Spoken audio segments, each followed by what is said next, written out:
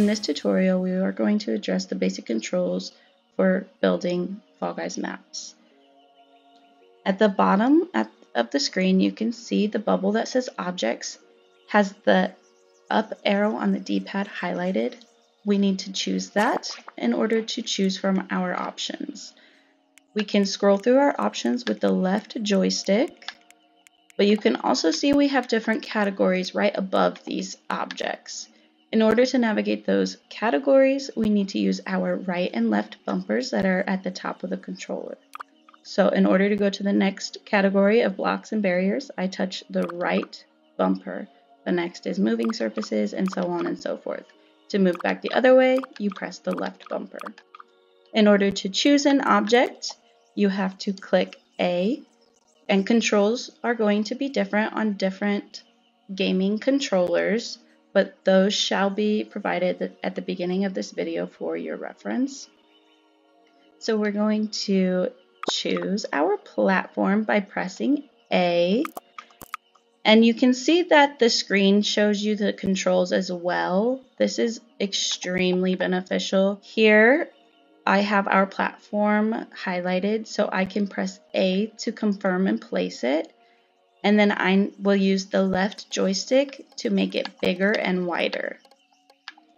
We can also increase the height by pressing the right bumper, and we can decrease the height by pressing the left bumper.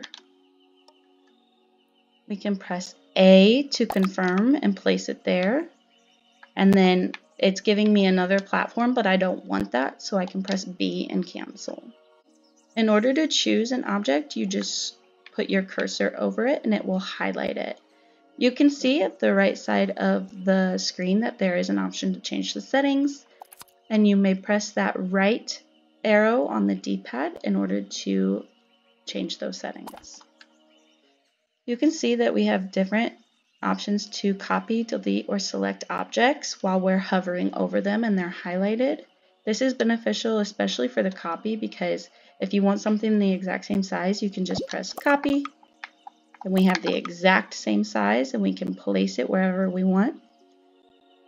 We also have the option, when we have an object selected, to 3D rotate it.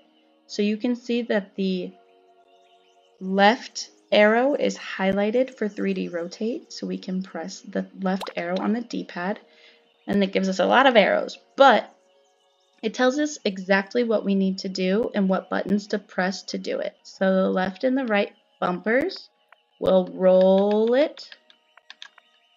The up and the down arrows will give it a tilt. And the left and right arrows will just turn it around. And if you need to restart, you just press the Y to reset it. It could be a different button on a different controller, but Y for Xbox controller right now.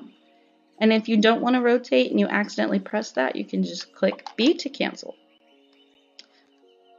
And then I can press A to place it. And then if I don't want it at all, I just hold the B button and it's gone. Poof. Different controls include using the left joystick to move your cursor. The right joystick moves your camera. The right bumper takes you up. The left bumper takes you down. The right trigger zooms you in. The left trigger zooms you out.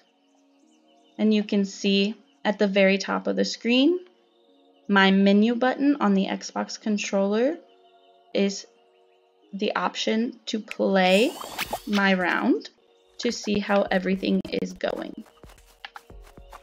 And then again, my menu button to go back to building. And finally, at the very top right corner of the screen, you can see a settings gear, and on the Xbox controller, it is the Y button to select that. This will bring you to the settings menu where you can save your round so that you can come back to it later and build more on it. When you're completely done, you may publish your round. This will generate a share code that you can give for other people to play your level. You have your help option, and then you have your leave options. We also have an edit option up at the top, and on the Xbox controller, it is the X button to access that. And we will go over that in the next tutorial with ways to adapt accessibility.